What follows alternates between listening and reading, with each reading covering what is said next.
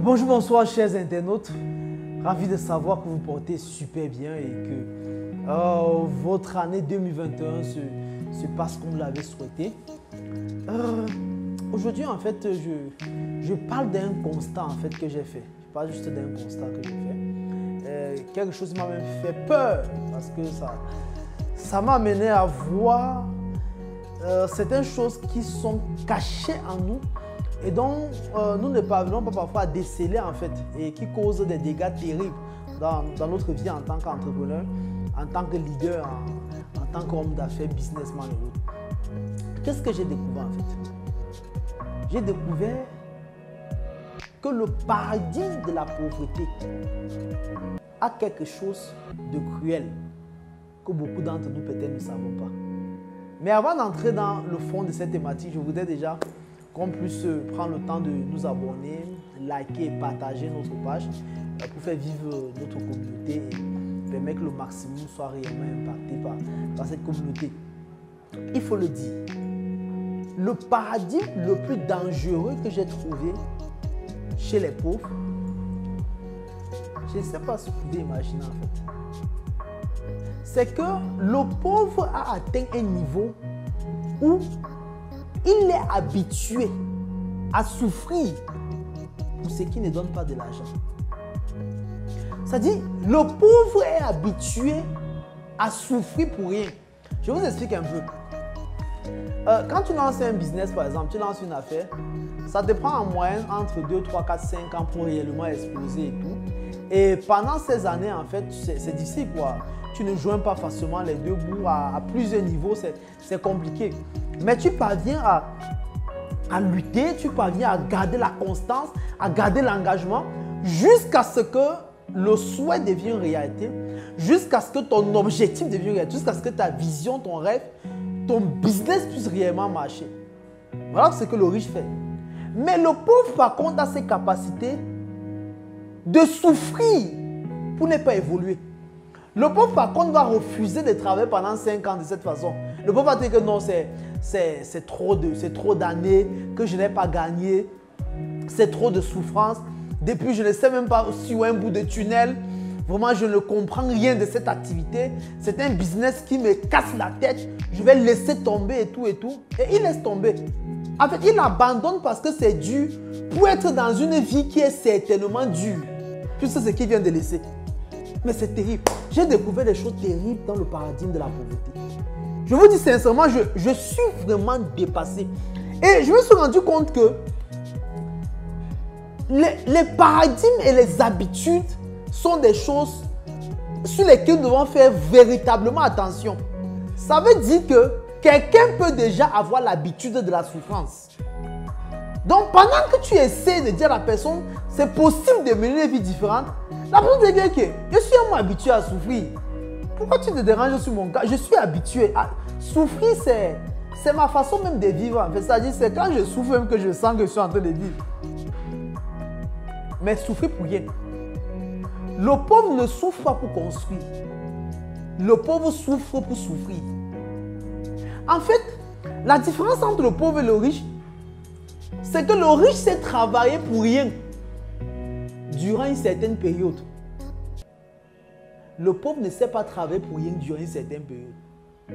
Le riche, en fait, c'est être bénévole dans ses propres entreprises. Le riche, c'est en fait que je vais m'engager pendant 5 ans. Je vais m'engager pendant 10 ans. Je vais m'engager pendant 8 ans, 7 ans, 1 an, 2 ans. Mais quand ça va commencer à marcher, ça va véritablement marcher. Et pendant ces années, je suis prêt à m'engager, même si ça ne me donne pas ce que je veux pour le moment. Mais le pauvre ne sait pas faire ça en fait. Le pauvre sait faire le bénévolat quand il s'agit des choses qui n'impactent pas sa vie. Le pauvre sait faire le bénévolat du deuil, des mariages, des événements, aller travailler pour rien. Le pauvre sait faire le bénévolat. Le pauvre sait même faire le bénévolat de travailler pour l'entreprise de quelqu'un d'autre. Le pauvre sait même faire cela. Hein? Ça veut dire, tu vois un pauvre, par exemple, 6 mois, par exemple, 8 mois, par exemple, 1 an d'arrêt de salaire dans une entreprise. Il continue à travailler dans l'espoir qu'un jour ça va tomber. Mais si tu le mets dans sa propre entreprise, de prendre autant de temps pour travailler sans avoir de salaire, sans avoir une rémunération, le pauvre ne sera plus prêt à le faire. Et ce paradigme est quelque chose, est un cancer qu'il faudra totalement extirper de la vie des Africains. En fait, le vrai problème de l'Afrique actuellement, c'est que nous avons pris l'habitude à souffrir en fait. C'est un problème en Afrique. C'est-à-dire, on a tellement souffert, c'est une habitude. C'est-à-dire, nous avons ce que j'appelle en fait, nous avons la maîtrise. Nous avons une expertise en termes de souffrance. Nous savons souffrir pour rien. Nous savons souffrir pour peu. Mais nous ne savons pas souffrir pour construire. Nous ne savons pas souffrir pour bâtir. Nous ne savons pas souffrir pour laisser un héritage. Ce genre de souffrance n'est pas de notre ressort. Mais par contre, la souffrance inutile, la souffrance de « j'ai souffert ». Écoutez, est-ce que vous savez que les Africains atteignent un niveau où, dans le récit des Africains, en fait, s'il n'y a pas un niveau de souffrance inutile, c'est comme si même ta vie n'est plus une belle vie. C'est-à-dire, est-ce que tu sais que je ne mangeais pas? Est-ce que tu sais que je dormais au sol? Est-ce que tu sais que j'étais parfois à la rue?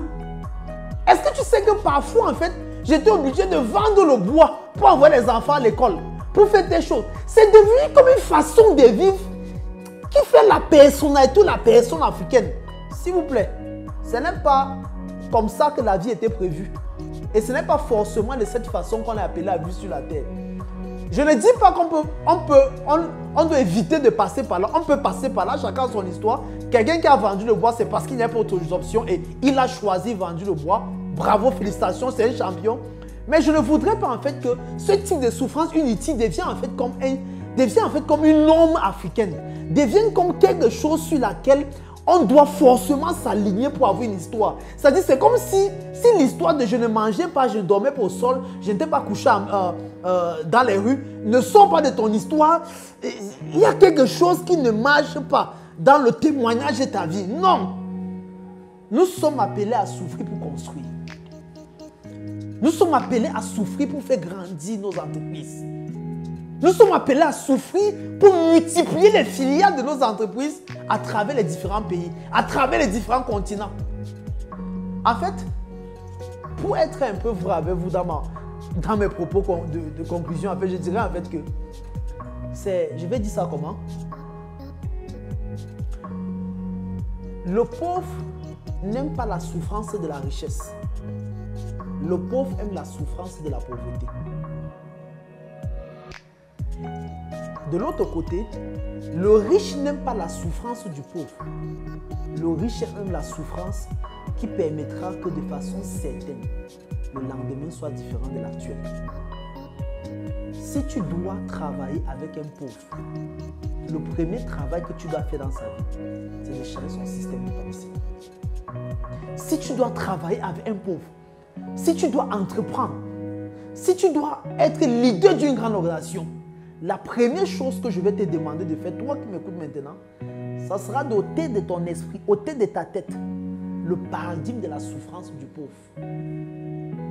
Il n'y a pas un héros de la souffrance. Il y a des héros de l'accomplissement. Il n'y a pas des héros que non, a tellement souffert. Au point où il a eu des trophées de la souffrance, non. Il y a des héros parce qu'en fait, on a fini par accomplir ce qui était le désir de notre cœur. Parce qu'on a fini par accomplir ce qui était la vision de notre vie. Parce qu'on a fini par accomplir, par faire vivre l'entreprise qui brûlait dans l'âme. C'est ça qui nous fait devenir des héros. C'est ça qui fait des champions. Mais ce n'est pas d'avoir le récit de la souffrance inutile. Que tu sois pauvre, que tu sois riche, tu dois souffrir sur la terre. Mais choisis le type de souffrance qui rime à la vision que tu as de la vie. En ce qui me concerne, j'ai choisi la souffrance de la richesse, j'ai choisi la souffrance du leadership, j'ai choisi la souffrance de l'accomplissement, j'ai choisi le prix et le sacrifice de vivre le but pour lequel mon existence a été adoptée sur la terre des hommes. Je ne quitterai pas cette terre sans l'avoir accomplie et je ne permettrai pas que l'histoire de ma vie dise « Didi m'a trop souffert ». Je voudrais que l'histoire de ma vie dise « Didi m'a payé le prix pour accomplir la vision qu'il voulait en son rêve ». C'est de ça qu'il s'agit et c'est ça que tu dois faire pour devenir un leader, pour devenir un entrepreneur à succès. Ciao, à la prochaine.